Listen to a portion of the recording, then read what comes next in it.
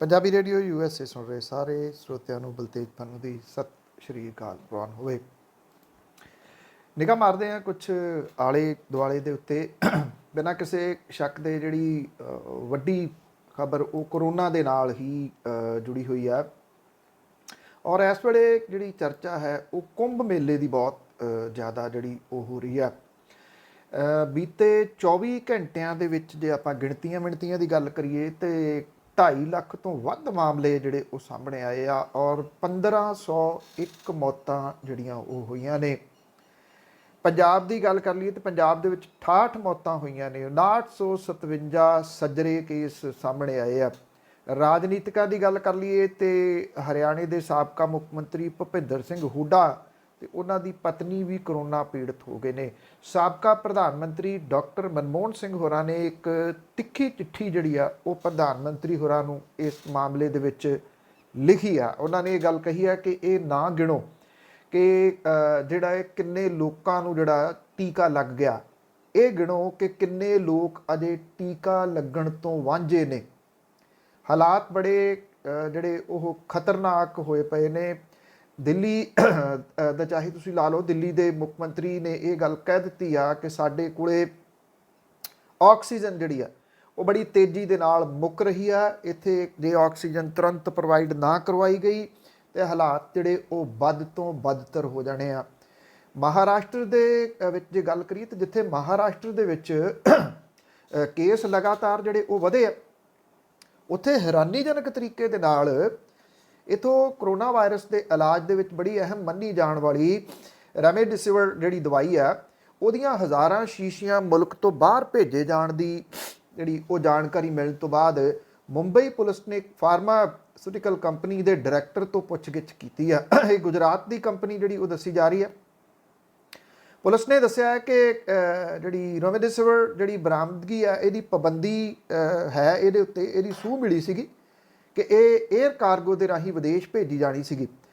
Pharma company ਦੇ director ਤੋਂ ਪੁੱਛਗਿੱਛ ਤੋਂ ਬਾਅਦ BKC ਪੁਲਿਸ ਸਟੇਸ਼ਨ 'ਚ ਮਹਾਰਾਸ਼ਟਰ ਭਾਜਪਾ ਦੇ ਮੋਹਰੀ ਆਗੂਆਂ ਦੇ ਪਹੁੰਚਣ ਕਰਕੇ ਸ਼ਿਵ ਸੈਨਾ ਦੀ ਅਗਵਾਈ ਹੇਠਲੀ ਸਰਕਾਰ ਤੇ ਭਾਜਪਾ ਵਿਚਕਾਰ ਕਰੋਨਾ ਮਹਾਮਾਰੀ ਨਾਲ ਸਿੱਝਣ ਤੇ ਸਿਹਤ ਸੰਬੰਧੀ ਅਹਿਮ ਵਸਤਾਂ ਦੀ ਘਾਟ ਨੂੰ ਲੈ ਕੇ ਸਿਆਸੀ ਤਕਰਾਰ ਜਿਹੜੀ ਆ ਉਹ ਵੱਧ ਗਈ ਹੈ। ਤੁਸੀਂ ਦੇਖੋ, ਜਦੋਂ ਬੰਦੇ ਤੋਂ ਪੁੱਛਗਿੱਛ ਹੋਈ ਤੇ ਉੱਥੇ ਭਾਜਪਾ ਦੇ ਜਿਹੜੇ ਆਗੂ ਆ ਉਹ ਪਹੁੰਚਦੇ ਆ ਝੱਟ ਦੇਣੀ। ਉਹ ਕਹਿੰਦੇ ਜੀ ਅਸੀਂ ਤਾਂ ਇੱਥੋਂ ਵਾਸਤੇ ਮੰਗਵਾਈ ਸੀਗੀ। ਜਿਹੜੇ ਸਾਬਕਾ ਮੁੱਖ ਮੰਤਰੀ ਨੇ ਉਹ ਕਹਿੰਦੇ ਨੇ ਹੁਣ ਸਾਬਕਾ ਮੁੱਖ ਮੰਤਰੀ ਨੂੰ ਉਹਦੇ ਕੋਲੇ ਕਿੱਥੋਂ ਇਹ ਅਥਾਰਟੀ ਆ ਗਈ ਕਿ ਉਹ ਕਿਸੇ ਸੂਬੇ ਦੇ ਵਿੱਚ ਜਿੱਥੇ ਉਹ ਅਹੁਦੇ ਦੇ ਉੱਤੇ ਹੈ ਨਹੀਂ ਉੱਥੇ ਉਹ ਇਸ ਦਵਾਈ ਨੂੰ ਮੰਗਾ ਸਕੇ। ਇਹ ਬੜੀ ਹੈਰਾਨਗੀ ਵਾਲੀ ਜਿਹੜੀ ਉਹ ਗੱਲ ਹੈ। ਉਹ ਵੀ ਉਦੋਂ ਇਹਨੂੰ ਕਹਿੰਦੇ ਨੇ ਜਿਹੜੇ ਸਿਵਿਆਂ ਤੋਂ ਰੋਟੀਆਂ ਸੇਕਣੀਆਂ। ਲੋਕ ਮਰ ਰਹੇ ਆ ਔਰ ਇਹ ਲੋਕ ਜਿਹੜੇ ਨੇ ਉਹ ਪੈਸੇ ਕਮਾਉਣ ਦੇ ਵਿੱਚ ਲੱਗੇ ਹੋਏ ਆ। ਉਧਰ ਜਿੱਥੋਂ ਕੁੰਭ ਤੋਂ ਗੱਲ ਸ਼ੁਰੂ ਕੀਤੀ ਸੀ, ਕੁੰਭ ਦੇ ਵਿੱਚ ਇਹ ਕਿਹਾ ਗਿਆ ਕਿ ਇਹਦੀ ਮਹਾਕੁੰਭ ਦੀ ਸਮਾਪਤੀ ਦਾ ਐਲਾਨ ਤੱਕ ਕਰ ਦਿੱਤਾ ਗਿਆ। ਹਾਲਾਂਕਿ 30 ਅਪ੍ਰੈਲ ਤੱਕ ਇੱਥੇ ਧਾਰਮਿਕ ਆਯੋਜਨ ਜਿਹੜੇ ਹੁੰਦੇ ਰਹਿਣਗੇ। ਵੱਖ-ਵੱਖ ਸੂਬਿਆਂ ਤੋਂ ਆਏ ਲੋਕ ਜਿਹੜੇ ਆ ਉਹ ਵਾਪਸ ਪਰਤਣ ਲੱਗੇ ਆ। ਦਿੱਲੀ ਦੇ ਨਾਲ ਗੁਜਰਾਤ, ਉੜੀਸਾ, ਮੱਧ ਪ੍ਰਦੇਸ਼ ਤੇ ਕਰਨਾਟਕ ਨੇ ਨਵੇਂ ਨਿਯਮ ਜਿਹੜੇ ਉਹ ਜਾਰੀ ਕੀਤੇ ਆ ਇਹਨਾਂ ਦੇ ਵਾਸਤੇ ਜਿਹੜੇ ਉੱਥੋਂ ਆ ਰਹੇ ਆ। ਹਰਿਦੁਆਰ ਕੁੰਭ ਮੇਲੇ ਤੋਂ ਆ ਰਹੇ ਦਿੱਲੀ ਦੇ ਵਿੱਚ ਰਹਿਣ ਵਾਲੇ ਲੋਕਾਂ ਨੂੰ RT-PCR ਟੈਸਟ ਦੇ ਨਾਲ 14 ਦਿਨ ਆਪਣੇ ਘਰ ਦੇ ਵਿੱਚ ਕੁਆਰੰਟਾਈਨ ਰਹਿਣਾ ਹੋਊਗਾ।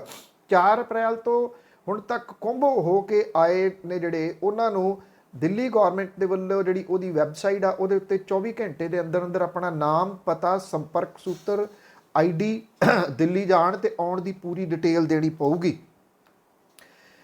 ਦਿੱਲੀ ਦੇ ਵਿੱਚ ਜਿਹੜੇ ਐਮਰਜੈਂਸੀ ਪ੍ਰਬੰਧਾਂ ਦੇ ਵਾਸਤੇ ਇੰਤਜ਼ਾਮ ਕਰਨ ਵਾਲੀ DDMA ਨੇ ਆਪਣੇ ਹੁਕਮ ਦੇ ਵਿੱਚ ਇਹ ਗੱਲ ਕਹੀ ਹੈ ਕਿ ਜ਼ਰੂਰੀ ਹੋ ਗਿਆ ਕਿ ਦਿੱਲੀ ਦੇ ਜਿਹੜੇ ਨਾਗਰਿਕ ਕੁੰਭ ਤੋਂ ਆਏ ਆ ਜਾਂ ਫਿਰ ਜਾਣ ਵਾਲੇ ਆ ਉਹਨਾਂ ਦੇ ਟੈਸਟ, ਟਰੇਸ ਤੇ ਕੁਆਰੰਟਾਈਨ ਜਿਹੜਾ ਉਹ ਕੀਤਾ ਜਾਵੇ। ਉਧਰ ਕੁੰਭ ਇਸ਼ਨਾਨ ਕਰਕੇ ਗੁਜਰਾਤ ਪਹੁੰਚਣ ਵਾਲੇ ਬਿਨਾਂ RT-PCR ਟੈਸਟ ਦੇ ਐਂਟਰੀ ਦੇ ਉੱਤੇ ਉਹਨਾਂ ਤੇ ਬੈਨ ਲਾ ਦਿੱਤਾ ਗਿਆ। ਸ਼ਰਧਾਲੂਆਂ ਨੂੰ ਕਰੋਨਾ ਰਿਪੋਰਟ ਨੈਗੇਟਿਵ ਆਉਣ ਦੇ ਉੱਤੇ ਹੀ ਸ਼ਹਿਰ ਦੇ ਵਿੱਚ ਜਾਣ ਦਿੱਤਾ ਜਾਊਗਾ। ਪੋਜ਼ਿਟਿਵ ਹੋਣ ਦੇ ਉੱਤੇ 14 ਦਿਨਾਂ ਦੇ ਵਾਸਤੇ ਆਈਸੋਲੇਸ਼ਨ ਦੇ ਵਿੱਚ ਰਹਿਣਾ ਹੋਊਗਾ। ਰਾਜ ਦੇ ਸਾਰੇ ਜ਼ਿਲ੍ਹਿਆਂ ਦੇ ਵਿੱਚ ਜਿਹੜੇ ਡਿਪਟੀ ਕਮਿਸ਼ਨਰ ਨੇ ਉਹਨਾਂ ਨੂੰ ਕੁੰਭ ਮੇਲੇ ਤੋਂ ਵਾਪਸ ਪਰਤਣ ਵਾਲਿਆਂ ਦੇ ਉੱਤੇ ਨਿਗਾਹ ਰੱਖਣ ਦੇ ਹੁਕਮ ਜਿਹੜੇ ਆ ਉਹ ਦਿੱਤੇ ਗਏ ਆ। ਉੜੀਸਾ ਦੀ ਸਰਕਾਰ ਨੇ ਵੀ ਇਸੇ ਤਰੀਕੇ ਦੇ ਹੁਕਮ ਜਿਹੜੇ ਆ ਉਹ ਜਾਰੀ ਕੀਤੇ ਆ। ਮੱਧ ਪ੍ਰਦੇਸ਼ ਦੇ ਵਿੱਚ ਕੁੰਭ ਤੋਂ ਆਏ ਲੋਕਾਂ ਨੂੰ 7 ਦਿਨ ਕੁਆਰੰਟਾਈਨ ਰਹਿਣਾ ਜਿਹੜਾ ਉਹ ਜ਼ਰੂਰੀ ਹੋਊਗਾ।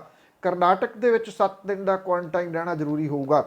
ਹਰਿਦੁਆਰ ਤੋਂ ਚੀਫ ਮੈਡੀਕਲ ਆਫਿਸਰ ਜਿਹੜੇ MK ਝਾ ਨੇ, ਉਹਦੇ ਮੁਤਾਬਕ ਕੁੰਭ ਮੇਲੇ ਦੇ ਵਿੱਚ ਸ਼ਾਮਲ ਹੋਣ ਵਾਲੇ ਕੋਈ ਪੌਣੇ 200 ਸਾਧੂ ਜਿਹੜੇ ਨੇ ਉਹਨਾਂ ਦੀ ਰਿਪੋਰਟ ਪੋਜ਼ਿਟਿਵ ਆਈ ਆ। ਇਸ ਤੋਂ ਬਾਅਦ ਇਹਨਾਂ ਦੀ ਗਿਣਤੀ ਹੁਣ 238 ਜਿਹੜੀ ਆ ਉਹ ਹੋ ਗਈ ਆ। ਜਿਹੜੇ ਲੋਕ ਪਿਛਲੇ ਵਰੇ ਇੱਥੇ ਜਿਹੜਾ ਦਿੱਲੀ ਦੇ ਵਿੱਚ ਜਿਹੜਾ ਸੀਗਾ ਧਾਰਮਿਕ ਸਥਾਨ, ਜਿੱਥੇ 2000 ਦੇ ਕਰੀਬ ਲੋਕ ਸੀਗੇ, ਮਰਕਜ਼ ਜਿਹੜਾ ਜੀ ਉਹਦੇ ਉੱਤੇ ਰੌਲਾ ਪਾ ਰਹੇ ਸੀਗੇ, ਉਹ ਹੁਣ ਮੂੰਹ 'ਚ ਘੁੰਗਣੀਆਂ ਪਾਈ ਬੈਠੇ ਨੇ ਕਿ ਲੱਖਾਂ ਦੀ ਗਿਣਤੀ ਦੇ ਵਿੱਚ ਕੁੰਭ ਮੇਲੇ ਦੇ ਉੱਤੇ ਗਏ ਜਿਹੜੇ ਲੋਕ ਸੀਗੇ ਉਹ ਕਿੰਨੇ ਕੁ ਪੋਜ਼ਿਟਿਵ ਹੋ ਗਏ, ਤੇ ਇਹ ਕੀ ਸੁਪਰ ਸਪਰੈਡਰ ਜਿਹੜਾ ਜੀ ਉਹ ਨਹੀਂ ਬਣੂਗਾ। ਪ੍ਰਧਾਨ ਮੰਤਰੀ ਆਪਣੇ ਤੌਰ ਦੇ ਉੱਤੇ ਅਪੀਲ ਇਹਨਾਂ ਨੂੰ ਕਰ ਚੁੱਕੇ ਆ, ਪਰ ਪਹਿਲਾਂ ਤਾਂ ਇਹ ਪ੍ਰਧਾਨ ਮੰਤਰੀ ਨੂੰ ਕਹਿੰਦੇ ਸੀ ਵੀ ਤੁਸੀਂ ਆਪਣੀਆਂ ਰੈਲੀਆਂ ਕੈਂਸਲ ਕਰੋ, ਤੁਸੀਂ ਰੈਲੀਆਂ ਕਰੀ ਜਾਂਦੇ ਹੋ ਤੇ ਸਾਨੂੰ ਰੋਕੀ ਜਾਂਦੇ ਹੋ। ਇਹ ਬਿਨਾਂ ਕਿਸੇ ਸ਼ੱਕ ਦੇ ਅਸਰ ਉਹਦਾ ਹੁੰਦਾ ਕਹੇ ਦਾ ਜਿਹੜਾ ਆਪ ਗੁੜ ਨਾ ਖਾਂਦਾ ਹੋਵੇ। ਜਦੋਂ ਪ੍ਰਧਾਨ ਮੰਤਰੀ ਤੇ ਗ੍ਰਹਿ ਮੰਤਰੀ ਰੈਲੀਆਂ ਕਰਨ ਤੋਂ ਨਹੀਂ ਹਟ ਰਹੇ ਔਰ ਉਹ ਇਹ ਕਹਿ ਰਹੇ ਜਿੱਥੋਂ ਤੱਕ ਮੈਨੂੰ ਦਿਸਦਾ ਦੁਨੀਆ ਹੀ ਦੁਨੀਆ ਜਿਹੜੀ ਉਹ ਖੜੀ ਆ, ਤੇ ਦੂਜੇ ਪਾਸੇ ਉਹ ਇਹ ਕਹਿੰਦੇ ਆ ਕਿ ਵਾਰਾਣਸੀ ਦੇ ਵਿੱਚ ਅਸੀਂ ਆਪਣੀ ਮੀਟਿੰਗ ਕਰ ਰਹੇ ਹਾਂ ਕਰੋਨਾ ਦੇ ਸੰਬੰਧੀ ਜਿਹੜੇ ਇੰਤਜ਼ਾਮਾਂ ਨੂੰ ਲੈ ਕੇ।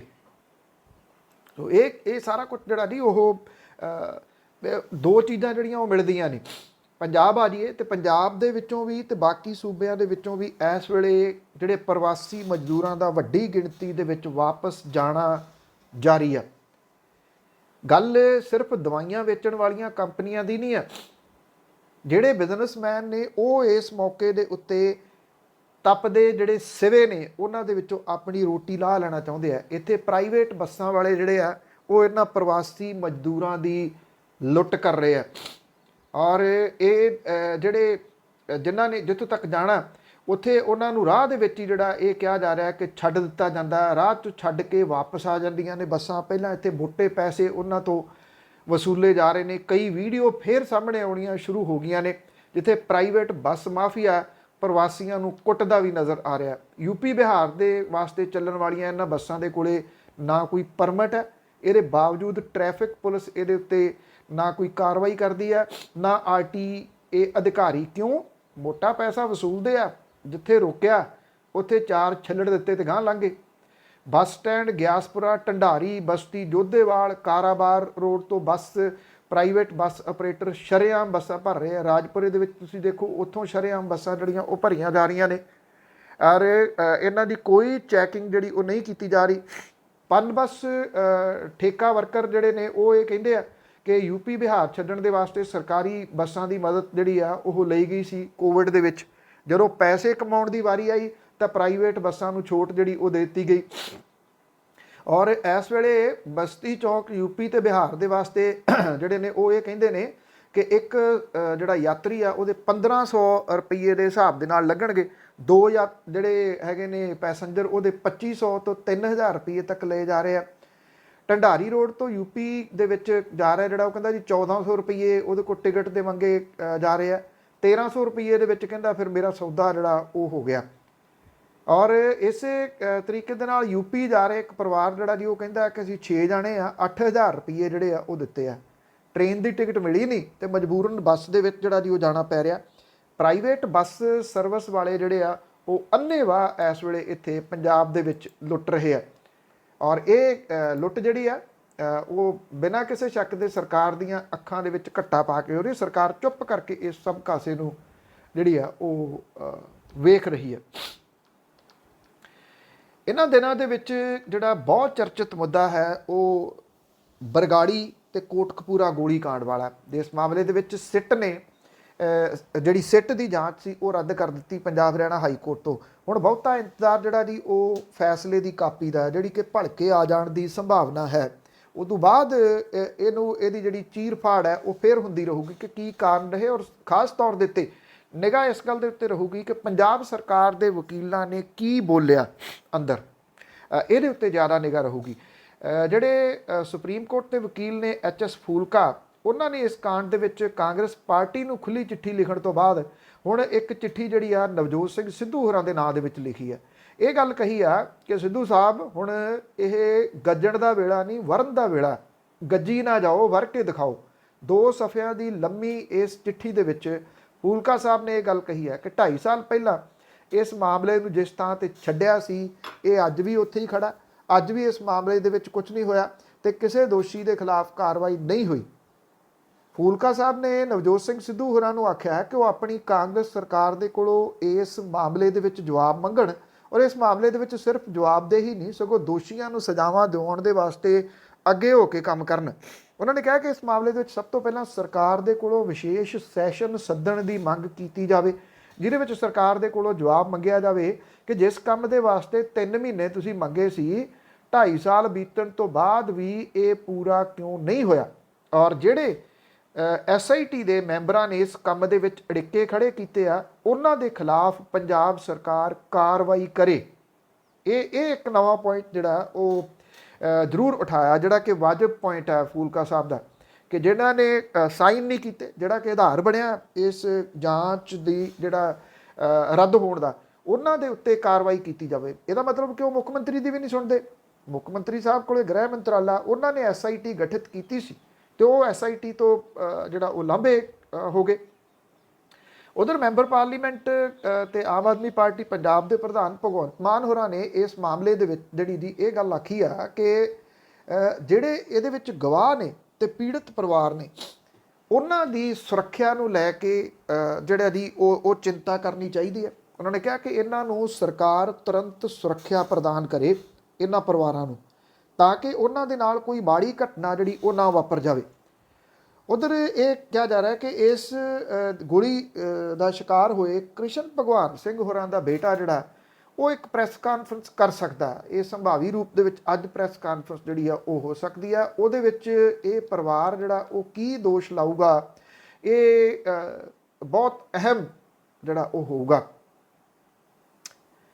ਖੇਤੀ ਕਾਨੂੰਨਾਂ ਦੇ ਖਿਲਾਫ ਸੰਘਰਸ਼ ਕਰ ਰਹੇ ਕਿਸਾਨਾਂ ਨੇ ਕੁਰੂਕਸ਼ੇਤਰ ਦੇ ਸੰਸਦ ਮੈਂਬਰ ਨੈਬ ਸੈਣੀ ਨੂੰ ਕਾਲੇ ਝੰਡੇ ਵਿਖਾਏ ਤੇ ਪੁਲਿਸ ਨੇ 70 ਦੇ ਕਰੀਬ ਕਿਸਾਨਾਂ ਨੂੰ ਹਿਰਾਸਤ ਦੇ ਵਿੱਚ ਲਿਆ। ਕਿਸਾਨਾਂ ਨੇ ਹਿਸਾਰ ਦੇ ਵਿੱਚ ਸੋਨਾਲੀ ਫੋਗਾਟ ਦਾ ਵਿਰੋਧ ਕੀਤਾ। ਪੁਲਿਸ ਨੇ ਕਿਸਾਨਾਂ ਤੇ ਲਾਠੀਚਾਰਜ ਕੀਤਾ ਤੇ ਦਰਜਨ ਕਿਸਾਨਾਂ ਨੂੰ ਹਿਰਾਸਤ ਦੇ ਵਿੱਚ ਲਿਆ। ਸੰਸਦ ਮੈਂਬਰ ਸੈਣੀ ਜਿਹੜੇ ਸੀ ਉਹ ਡਾਕਟਰ ਭੀਮ ਰਾਓ ਅੰਬੇਦਕਰ ਦੇ ਜਨਮ ਦਿਹਾੜੇ ਦੇ ਸੰਬੰਧ ਦੇ ਵਿੱਚ ਰੱਖੇ ਸਮਾਗਮ 'ਚ ਪਹੁੰਚੇ ਸੀ।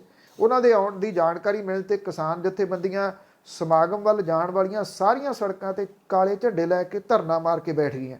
ਸਖਤ ਸੁਰੱਖਿਆ ਪ੍ਰਬੰਧ ਹੋਣ ਦੇ ਬਾਵਜੂਦ ਕਿਸਾਨਾਂ ਨੇ ਸਮਾਗਮ ਵਾਲੀ ਥਾਂ ਦੇ ਨੇੜੇ ਪਹੁੰਚ ਕੇ ਸੰਸਦ ਮੈਂਬਰ ਨੈਬ ਸੈਣੀ ਨੂੰ ਕਾਲੇ ਝੰਡੇ ਵਿਖਾਏ ਤੇ ਸਰਕਾਰ ਖਿਲਾਫ ਜ਼ਬਰਦਸਤ ਨਾਅਰੇਬਾਜ਼ੀ ਜਿਹੜੀ ਸੀ ਉਹ ਕੀਤੀ। DSP ਨੇ ਇਹ ਕਿਹਾ ਕਿ ਕਿਸਾਨਾਂ ਨੇ ਧਰਨੇ ਵਾਲੀ ਥਾਂ ਤੇ ਅੱਗੇ ਆ ਕੇ ਨਿਯਮਾਂ ਦੀ ਉਲੰਘਣਾ ਕੀਤੀ ਹੈ, ਜਿਹਦੇ ਕਰਕੇ 70 ਕਿਸਾਨਾਂ ਨੂੰ ਜਿਹੜਾ ਉਹ ਹਿਰਾਸਤ ਦੇ ਵਿੱਚ ਲਿਆ ਗਿਆ। ਕਿਸਾਨਾਂ ਨੂੰ ਗ੍ਰਿਫਤਾਰ ਕੀਤੇ ਜਾਣ ਤੋਂ ਬਾਅਦ ਜਿਹੜੇ ਕਿਸਾਨ ਆਗੂ ਸੀ ਉਹਨਾਂ ਨੇ ਇਹ ਗੱਲ ਕਹੀ ਆ ਕਿ ਜਿਹੜੀ ਗੱਠਜੋੜ ਦੀ ਸਰਕਾਰ ਹੈ ਉਹਨੇ ਕਿਸਾਨਾਂ ਨੂੰ ਗ੍ਰਿਫਤਾਰ ਕਰਕੇ ਉਹਨਾਂ ਦੀ ਆਵਾਜ਼ ਨੂੰ ਦਬਾਉਣ ਦੀ ਕੋਸ਼ਿਸ਼ ਕੀਤੀ ਆ। ਇਹ ਗੱਲ ਕਹੀ ਕਿ ਉਹ ਸੰਘਰਸ਼ ਕਰ ਰਹੇ ਨੇ, ਸ਼ਾਂਤਮਈ ਢੰਗ ਦੇ ਨਾਲ ਰੋਸ ਪ੍ਰਗਟ ਕਰਨਾ ਉਹਨਾਂ ਦਾ ਅਧਿਕਾਰ ਹੈ। ਇਹ ਕਿਹਾ ਕਿ ਜੇ ਪੁਲਿਸ ਨੇ ਜਾਣਬੁੱਝ ਕੇ ਉਹਨਾਂ ਨੂੰ ਭੜਕਾਉਣ ਦੀ ਕੋਸ਼ਿਸ਼ ਕੀਤੀ ਤਾਂ ਕਿਸਾਨ ਆਗੂਆਂ ਨੂੰ ਰਿਹਾ ਨਹੀਂ ਕਰਦੀ ਤੇ ਜਥੇਬੰਦੀਆਂ ਹਰਿਆਣੇ ਦੀ ਪੁਲਿਸ ਦੇ ਖਿਲਾਫ ਸੰਘਰਸ਼ ਸ਼ੁਰੂ ਕਰ ਦੇਣਗੀਆਂ।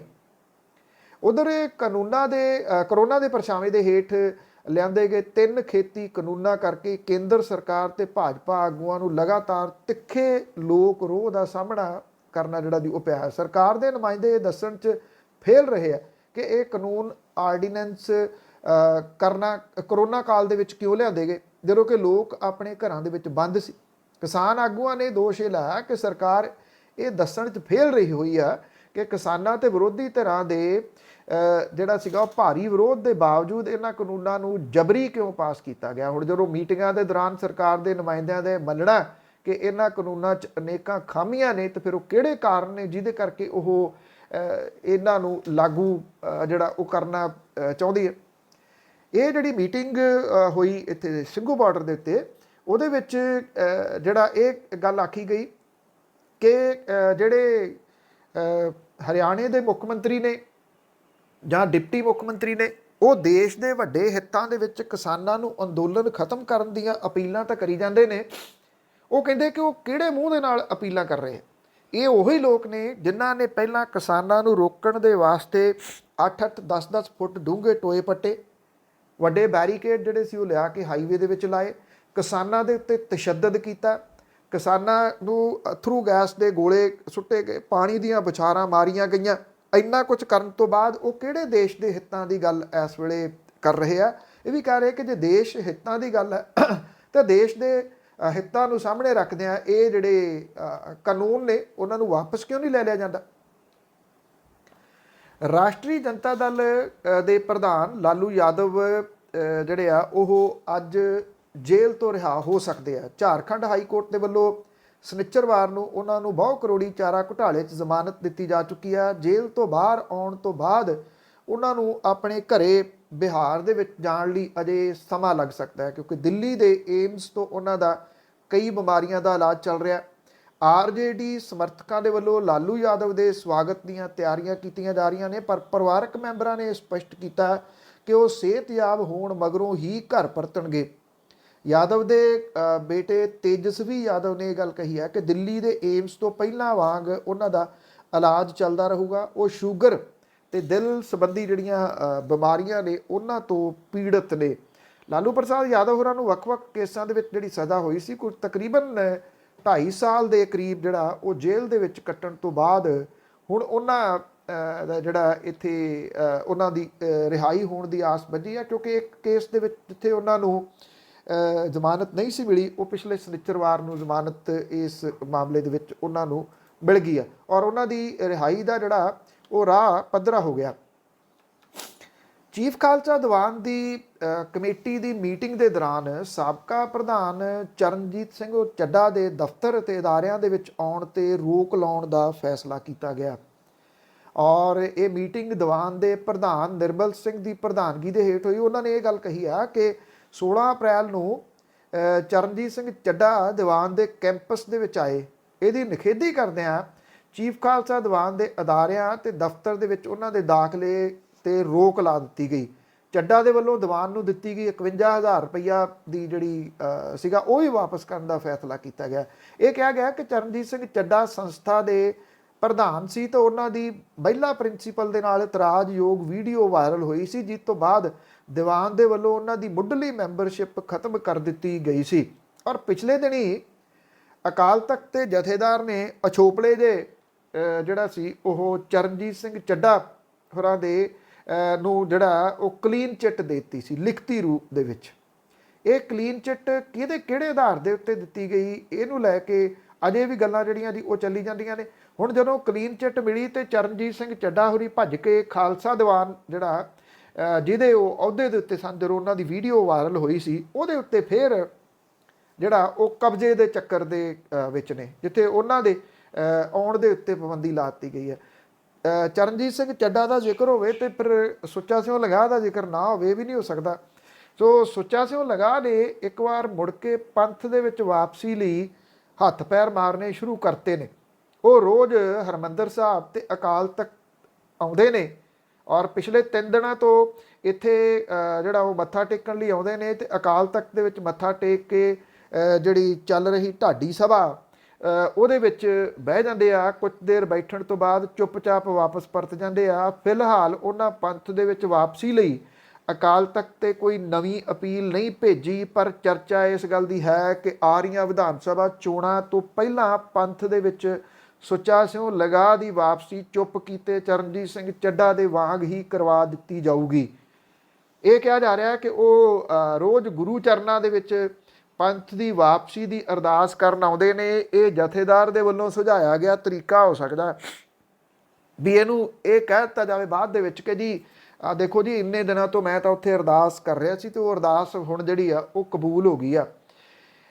ਇਹ ਉਹਦੇ ਵੱਲੋਂ ਪਹਿਲਾਂ ਗੁਰਦਾਸਪੁਰ ਜ਼ਿਲ੍ਹੇ ਦੇ ਗੁਰਦੁਆਰੇ ਦੇ ਵਿੱਚ 5 ਪਿਆਰੇ ਖੜੇ ਕਰਕੇ ਜਿਹਦੇ ਵਾਸਤੇ ਦਮਦਮੀ ਟਕਸਾਲ ਦਾ ਜਿਹੜਾ ਇੱਕ ਬੁਲਾਰਾ ਉਹਨੇ ਸਾਰੀ ਇਹ ਕੋਸ਼ਿਸ਼ ਜਿਹੜੀ ਕੀਤੀ ਸੀ ਪ੍ਰੋਫੈਸਰ ਸਰਚਾਂਦ ਸਿੰਘ ਨੇ ਕਿ ਇੱਕ ਜਿਹੜੇ 5 ਪਿਆਰੇ ਖੜੇ ਕਰਕੇ ਸੁਧਾਈ ਲਈ ਤਨਖਾਹ ਜਿਹੜੀ ਲਾਈ ਗਈ ਸੀ, ਪਰ ਲੰਗਾਹ ਹੋਰੀ ਉੱਥੇ ਸੁੱਚੇ ਇਸ ਕਰਕੇ ਨਹੀਂ ਹੋ ਸਕੇ ਕਿਉਂਕਿ ਇਹਦਾ ਰੌਲਾ ਪੈ ਗਿਆ।